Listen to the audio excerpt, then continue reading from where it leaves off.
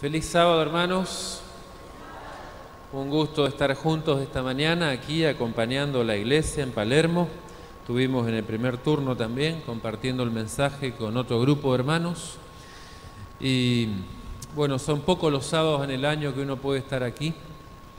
Aunque vivo aquí, y vivo aquí es una forma de decir. Últimamente no vivo aquí. Vivo más afuera que en Buenos Aires. Pero los pocos sábados que estamos,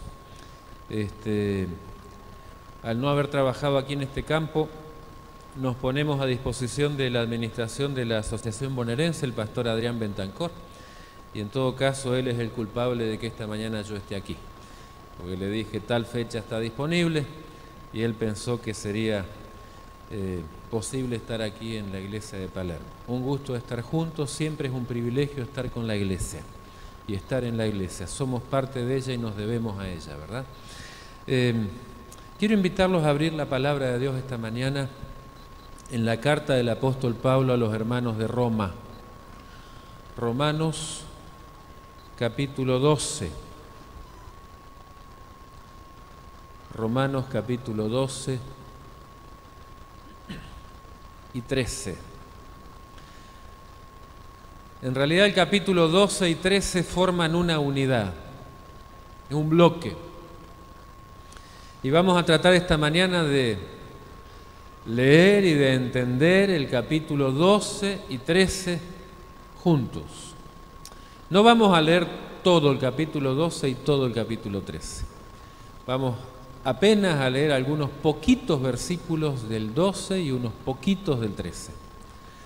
Pero lo suficiente como para entender el mensaje de Pablo para su iglesia en aquel momento en Roma y para nosotros también, porque este mensaje nos alcanza a nosotros hoy. En 1785, ya hace unos cuantos años, 1785, hubo un señor llamado Thomas Reid que escribió varios panfletos y en uno de esos panfletos escribió una frase que quedó plasmada para la historia y seguramente esta frase usted la escuchó más de una vez o la leyó. Thomas Reid dijo en ese panfleto: una cadena es tan fuerte como su eslabón más débil. Una cadena es tan fuerte como su eslabón más débil. Y saben, hermanos queridos, Dios a lo largo de la historia ha tenido una gran cadena. Y bajo la figura de esa cadena podemos nosotros ver a su pueblo. El pueblo de Dios es como una cadena que ha recorrido los distintos siglos de la historia. Y esa cadena todavía existe. De hecho, nosotros creemos que como iglesia somos parte de ese pueblo remanente de Dios, ¿verdad? Y nos toca estar al final de esta cadena, como tal vez el último eslabón de la cadena. Romanos 12, verso 1 y 2, tiene las palabras de Pablo, bueno, en realidad todo el capítulo 12 y todo el capítulo 13, pero vamos a leer el 1 y el 2 del capítulo 12. Palabras de Pablo para la iglesia de Roma, pero que alcanzan al último eslabón de la cadena que somos nosotros también. Estas no son solo palabras de Pablo para los romanos, son palabras de Pablo para el pueblo de Dios de todos los tiempos y por lo tanto son palabras para nosotros también. Pablo dice en el verso 1, así que hermanos, os ruego, ¿qué cosa les rogaba? Por las misericordias de Dios que presentéis vuestros cuerpos en sacrificio vivo, santo, agradable a Dios, que es vuestro culto racional. Pablo dice, hermanos, yo les ruego, rogar es más que pedir. Pablo no dice, yo les pido, menos aún, les sugiero, les aconsejo, les solicito, algo más formal, ¿no? Pablo dice, les ruego. Yo imagino a Pablo haciendo así con las manos, ¿verdad? Esta mañana en la lección repasábamos que Pablo tenía normalmente a alguien que escribía sus cartas, aunque siempre le ponía su sello personal, y especialmente en la carta a los Gálatas, un poco más extenso. Pero yo imagino a Pablo con las manos, con los gestos, con los ojos, con la boca, expresando estas palabras de ruego. Yo les ruego, les ruego. El ruego es más que pedir, el ruego está cargado de súplica, está cargado de insistencia, ¿verdad? El ruego tiene ese matiz. Entonces, ¿qué cosa va a rogar Pablo? Esta mañana vamos a ver a la luz de Romanos 12 y Romanos 13 4 ruegos de Pablo. Permítanme decir 4 llamados de Pablo, porque son ruegos pero con forma de llamado, de apelación. 4 llamados de Pablo, para la iglesia de Roma, pero para la iglesia del tiempo final también. Si esto fue útil para los hermanos de Roma en su tiempo, 2000 años atrás, cuánto más pertinentes para el pueblo de Dios al final de la cadena, al final de la historia. 4 llamados. Primer llamado, ya lo leímos, verso 1. Pablo dice, hermano, les ruego que presenten sus cuerpos en sacrificio vivo. Es un llamado a la entrega. El primer llamado es el llamado a la entrega. Hermanos, entréguense en sacrificio vivo. No solo el cuerpo. Vivimos en un tiempo donde el cuerpo es adorado, es cuidado, en el tiempo del culto al cuerpo, ya desde hace unos años.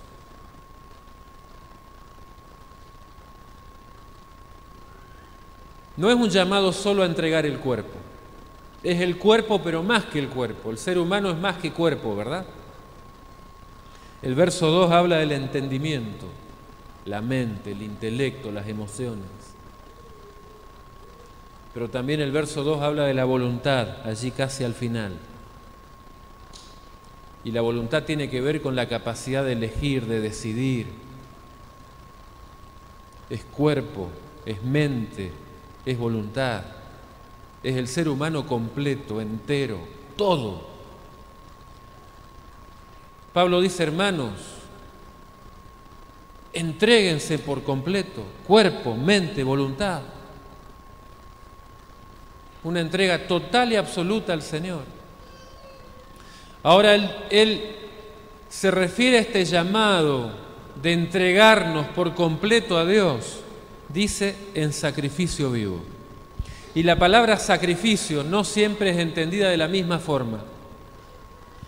Hay quienes entienden en el mundo cristiano hoy, y no solo hoy, sino desde hace tiempo, que el sacrificio es una especie de pago para que Dios me dé algo.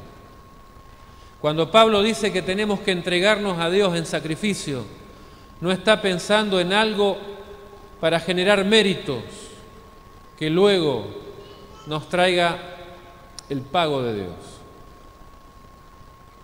Nuestro sacrificio no tiene mérito. Nuestro sacrificio no es un pago. ¿Qué vamos a pagar si no tenemos para pagar? Nuestro sacrificio es una respuesta, es un resultado del gran sacrificio hecho en la cruz por Cristo Jesús. Cuando Pablo dice, hermanos, yo les ruego que se entreguen por completo todo, cuerpo, mente, voluntad, en sacrificio vivo, está pensando en la respuesta genuina, auténtica, natural de aquel que acepta el sacrificio de Jesús. En otras palabras, aquel que acepta el sacrificio de Cristo no tiene otra chance que la entrega total y absoluta. Es imposible concebir a alguien entregado por completo a Dios y viviendo en la tibieza con un cristianismo a medias. Es eso lo que nos quiere transmitir. Por eso el ruego, por eso el llamado cargado de insistencia. Por favor, si aceptan a Cristo como Salvador, ahora entréguense por completo a Él como un resultado natural de esa aceptación. Ahora, hermanos, el sacrificio es respuesta, pero respuesta agradable. Es lo que dice al final del verso 2. El sacrificio no es respuesta como una carga. Ahora tengo que entregarme. No, el sacrificio es respuesta agradable, gozosa, feliz. Porque hubo alguien que hace 2000 años en la cruz entregó todo. Así que cuando Pablo nos invita, hermanos, a entregarnos todo, completos al Señor, no está diciendo otra cosa más que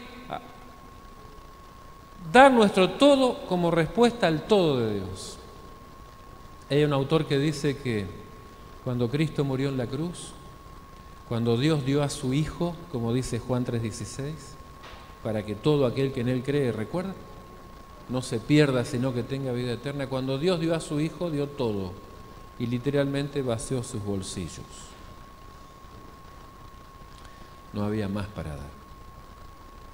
Dio lo mejor, pero dio todo. Así que esa respuesta de entregar nuestra vida en sacrificio vivo es mi todo, que no se compara para nada con el todo de Dios, pero es mi todo en respuesta agradable al todo de Dios. El segundo llamado de Pablo está en el verso 2. Primer llamado a la entrega. A la entrega. Segundo llamado de Pablo. No os, ¿qué cosa? Conforméis. No os conforméis a este siglo. Esta expresión no os conforméis, que se constituye en el segundo llamado, está bajo el mismo encabezado de les ruego.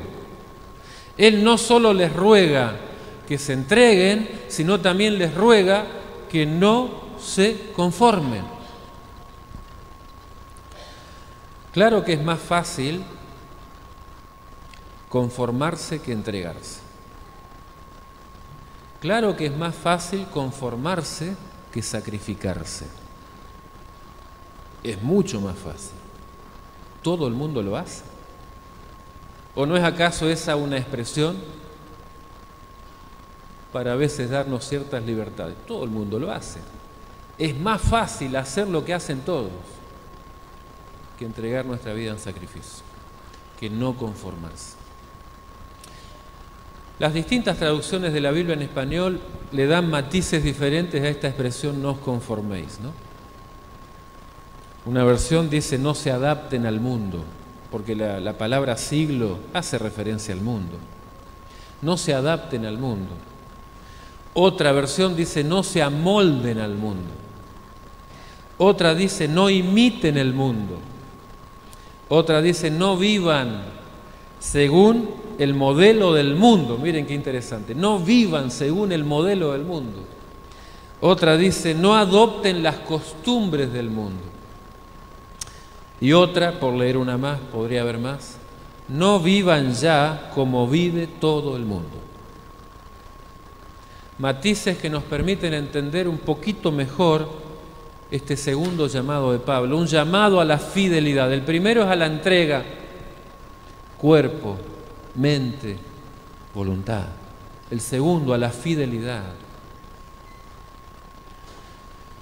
Hebreos capítulo 11, por un ratito abrimos una ventanita allí, porque es el mismo Pablo, el mismo autor de Romanos, ¿verdad? Volvemos después a Romanos 12, pero Hebreos capítulo 11, hablábamos antes de la cadena de Dios. Y muchas veces cuando hablamos de Hebreos 11 usamos la figura de la galería, seguramente usted la escuchó, la galería de los héroes y heroínas de la fe, de aquellos hombres y mujeres que fueron gigantes de Dios y vivieron por fe. La galería. Permítame usar esta mañana la palabra cadena, el símbolo de la cadena. Pablo presenta aquí la cadena del pueblo de Dios a lo largo de los siglos. Y comienza con Abel. Primeros versículos, allí habla de Abel. Y dice que Abel alcanzó testimonio de que era justo. Abel fue el primer mártir. Tempranito en la historia humana, ¿verdad? El primer mártir. Fue aquel que se entregó por el Señor, aquel que adoró a Dios como Dios pedía, aquel que fue fiel a Dios en todo, tal como el Señor lo pedía. En contraste con Caín, que quiso amoldar y adaptar la adoración como él pensaba. Comienza con Abel. Continúa con Enoc, verso 5. Y vaya si Enoc no fue un gran eslabón en la cadena de Dios. Enoc caminó con Dios y tanto caminó y tan bien caminó que un día Dios se lo llevó. Eso dice Génesis. Un gran eslabón de Dios. Continúa con Noé, versículo 7. Por la fe Noé, cuando fue advertido por Dios acerca de cosas que aún no se veían, con temor preparó el arca en que su casa se salvase, y por esta fe condenó al mundo. Lejos de adaptarse al mundo y amoldarse al mundo, condenó al mundo por su manera de vivir. Tremendo eslabón Noé. Cuando leemos en Génesis 6 las condiciones del mundo en que Noé vivió, leemos prácticamente las mismas condiciones de nuestro mundo hoy. Y a nosotros nos toca hoy ser los Noé en este anticipo del fin del mundo, como Noé lo fue en aquel primer fin del mundo, ¿verdad? Así que muchas similitudes entre nuestra misión y la misión de Noé en su tiempo. Pero Noé fue un tremendo eslabón de Dios, que no solo condenó al mundo, sino que marcó la diferencia en el mundo. Génesis 6 dice que el mundo estaba lleno de violencia, de corrupción, de maldad, de inmoralidad. Y Noé supo vivir a la altura de lo que Dios pedía para sus hijos en ese tiempo. Y puso su vida, se entregó por completo, puso todo lo que tenía, dice Patriarcas y Profetas. Dice ella que Noé invirtió todo lo que tenía en el arca, esa es la expresión literal, invirtió todo lo que tenía en el arca. Porque ese arca era símbolo de salvación para él y su familia. Sigue con Abraham, verso 8, seguimos allí en Hebreos 11, ¿verdad? Otro tremendo eslabón que tuvo sus deslices por allí. Y en algunos momentos sabemos que Abraham, por lo que dice Génesis, intentó mimetizarse un poquito con el mundo, ¿verdad? Diciendo verdades a medias o finalmente mentiras. Tuvo sus caídas, pero Dios lo recuperó y es llamado el Padre de la fe. Y Dios le pidió un sacrificio, su hijo. Tremendo. Pero allí cuando Abraham estuvo a punto de clavar el puñal, Dios detuvo su mano y puso el cordero, símbolo de Cristo. Abraham, tremendo eslabón. Tremendo eslabón. Y después sigue con Moisés, verso 23, otro gran eslabón en la cadena. Y dice el 23 que por la fe Moisés, cuando nació, fue escondido por sus padres. Ya su inicio en la vida marcado por la persecución, ¿no?, del enemigo. Verso 24, por la fe Moisés, hecho ya grande, rehusó llamarse hijo de la hija de Faraón, escogiendo antes ser maltratado con el pueblo de Dios, un pueblo de esclavos, que gozar de los deleites temporales del pecado allí en el palacio. Moisés eligió, por fe eligió no amoldarse al mundo. Y luego en el versículo 32 continúa con otros nombres sin dar detalles de lo que hicieron, pero dice, ¿qué más digo? Porque el tiempo me faltaría contando de Gedeón, de Barak, de Sansón, de Jefté, de David, así como de Samuel, de los profetas, que conquistaron reinos, hicieron justicia, alcanzaron promesas, taparon bocas de leones, apagaron fuegos impetuosos, evitaron filo de espada, sacaron fuerzas de debilidad, se hicieron fuertes en batallas, pusieron en fuga ejércitos enemigos. Y uno lee lo que hizo esta gente y dice, wow, ¿cuándo yo hice algo de esto? Me paro al lado de estos gigantes y realmente me veo pequeño, no sé usted. ¿Cuál fue el último león al cual usted le tapó la boca? Yo no tengo ninguno. Esta gente hizo cosas grandiosas. Fueron eslabones gigantes en la cadena, tremendos eslabones. Pecadores con fallas, pero tremendos eslabones. Verso 36, ya cerrando la cadena, Pablo dice, otros, ya sin nombre ahora, NN, ¿no? Otros experimentaron vituperios, azotes, prisiones, cárceles, apedreados, aserrados, puestos a prueba, muertos a filos de espada.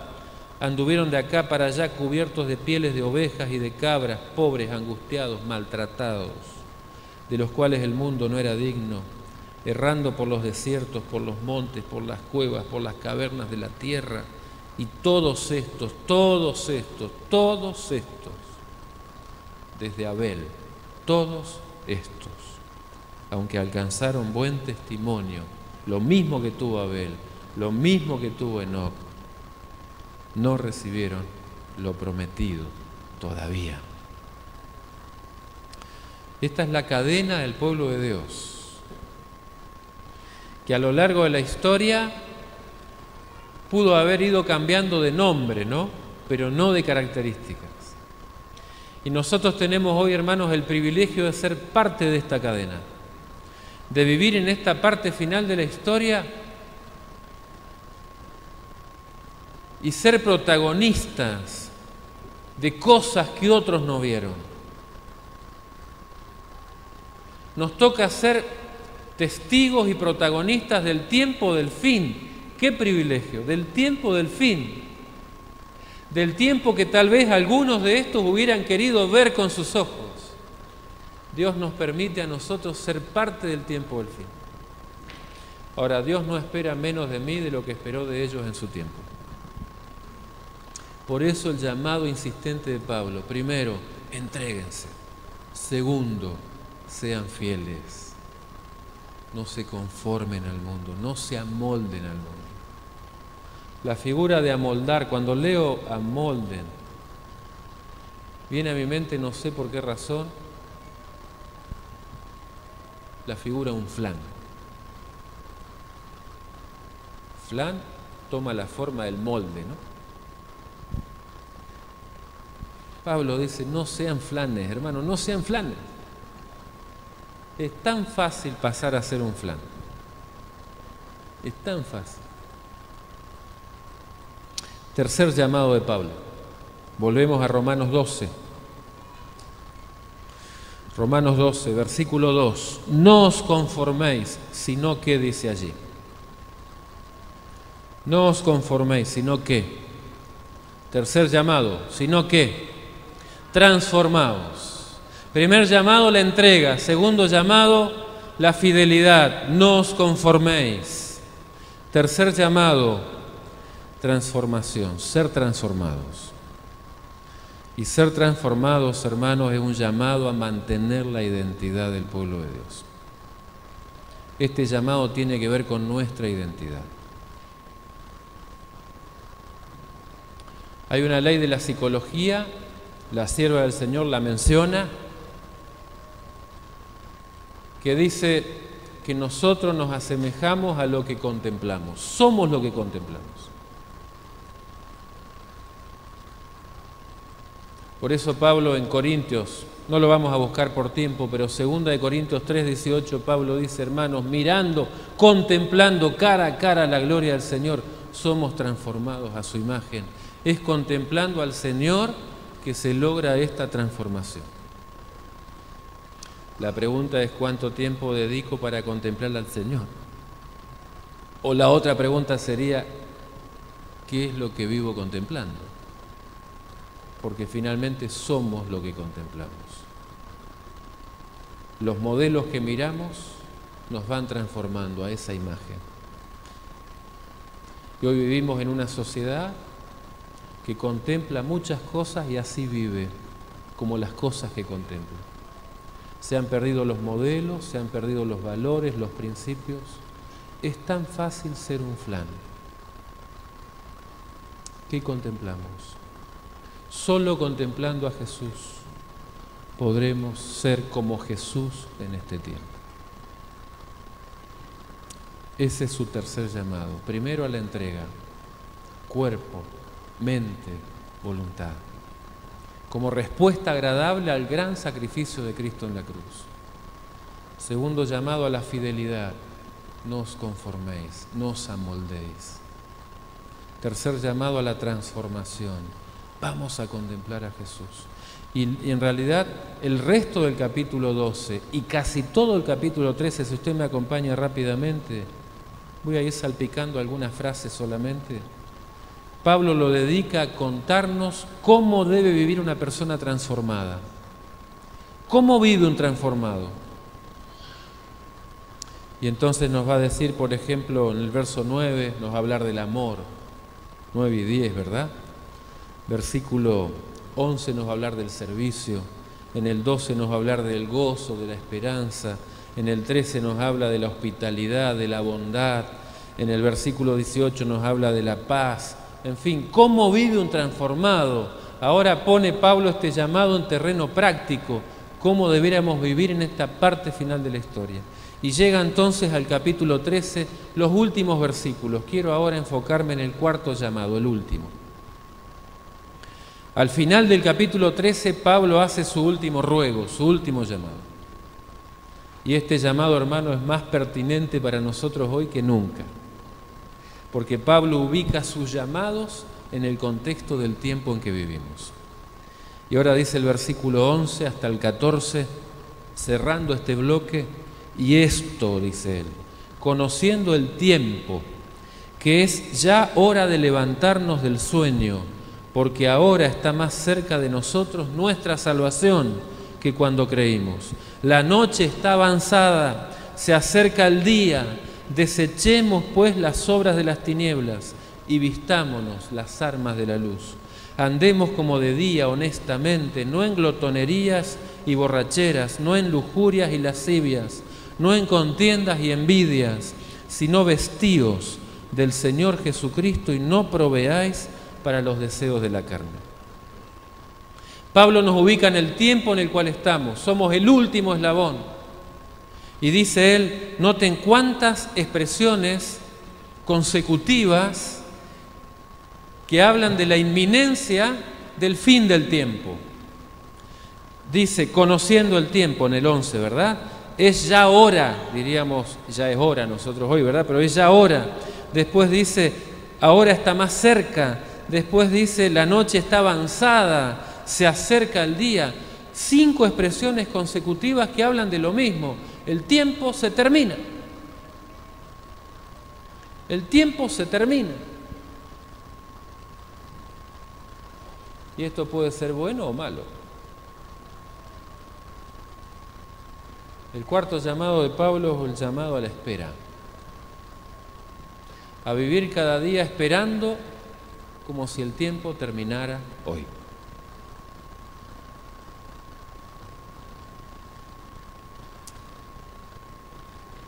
A veces un mismo periodo de tiempo puede ser largo para unos y corto para otros.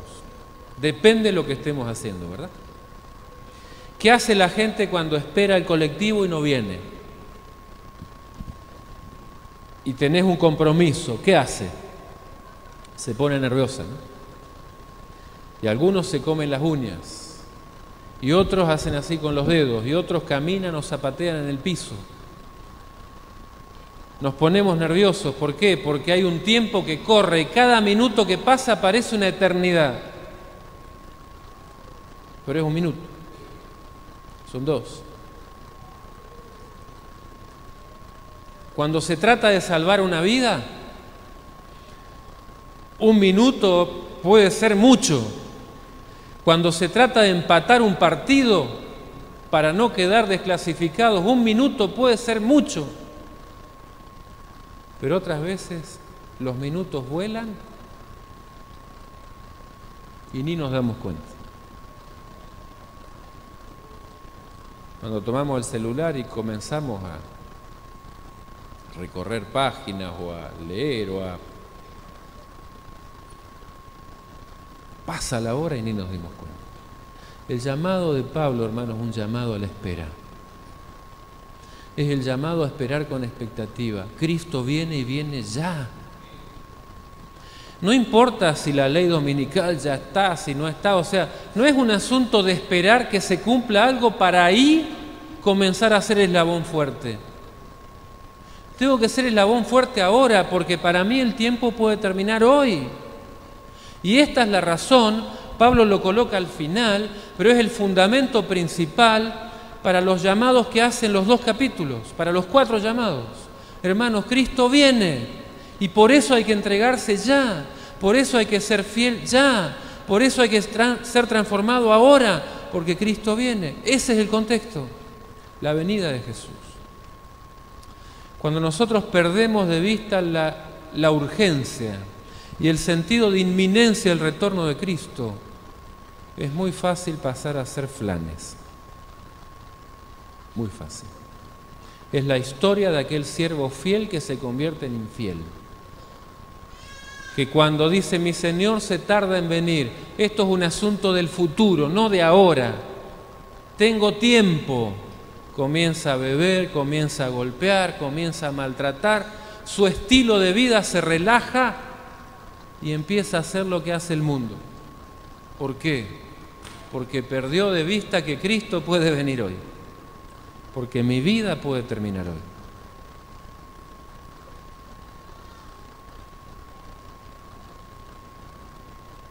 Cuatro llamados: entrega, fidelidad, identidad y espera.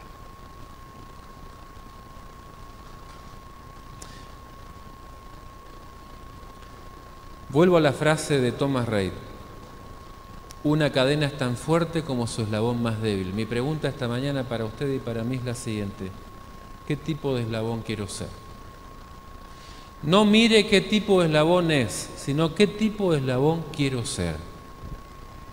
La Biblia es clara cuando dice que sin Jesús somos débiles. Separados de mí, nada podéis hacer, nada. Pero todo lo puedo ¿en quién? En Jesús soy fuerte. Entonces mi propuesta para vos esta mañana es decirle a Dios: Señor, hazme el eslabón más fuerte de tu cadena. Hazme el eslabón más fuerte, no el más débil, el más fuerte de la cadena. El más fuerte de la cadena.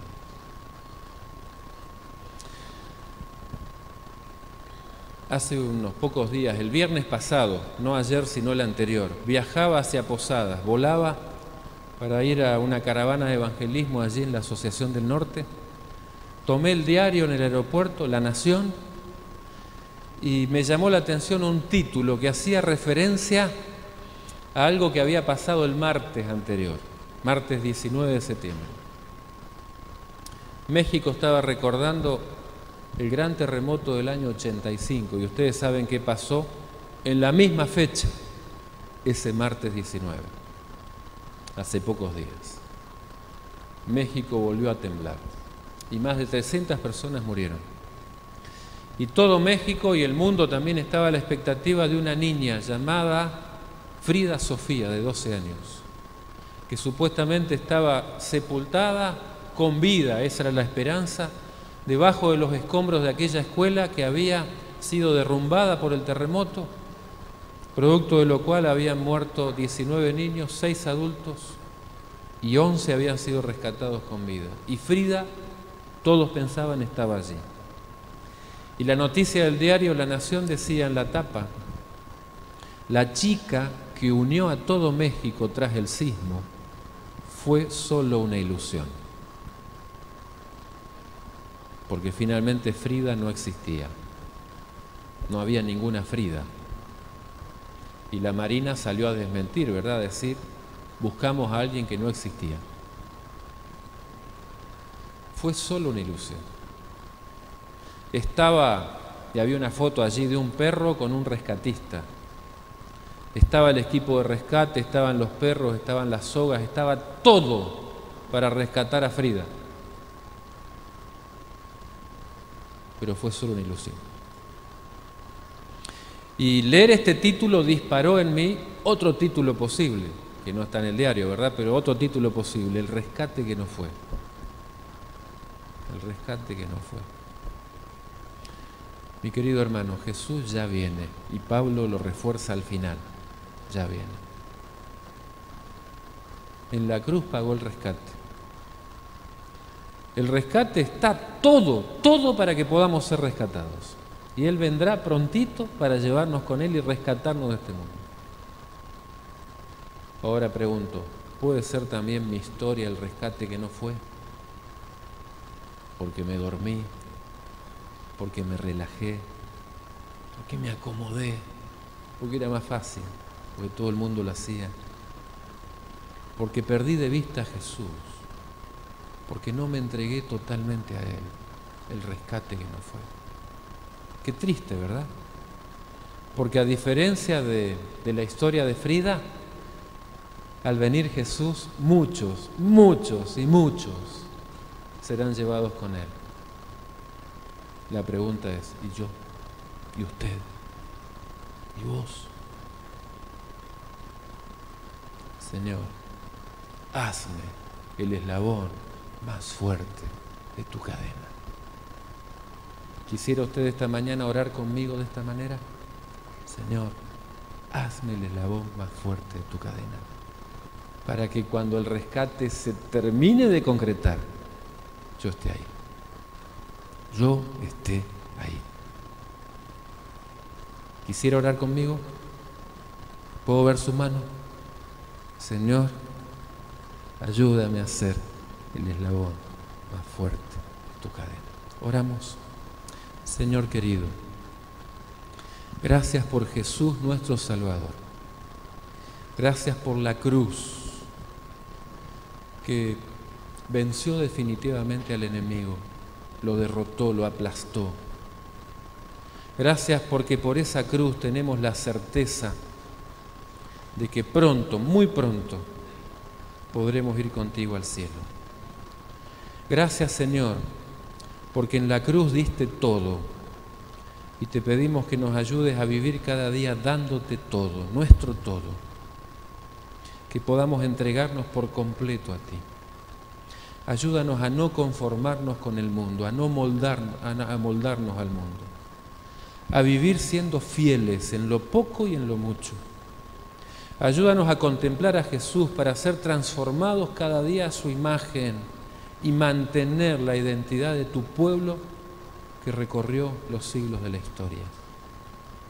Ayúdanos a vivir esperando tu venida, cada día, como si fuera el día en que el tiempo se termina y Jesús viene.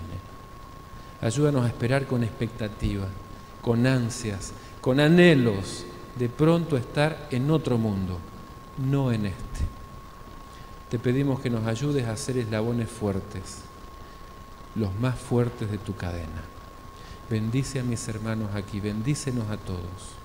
Haznos fuertes en Jesús, oramos en su nombre. Amén.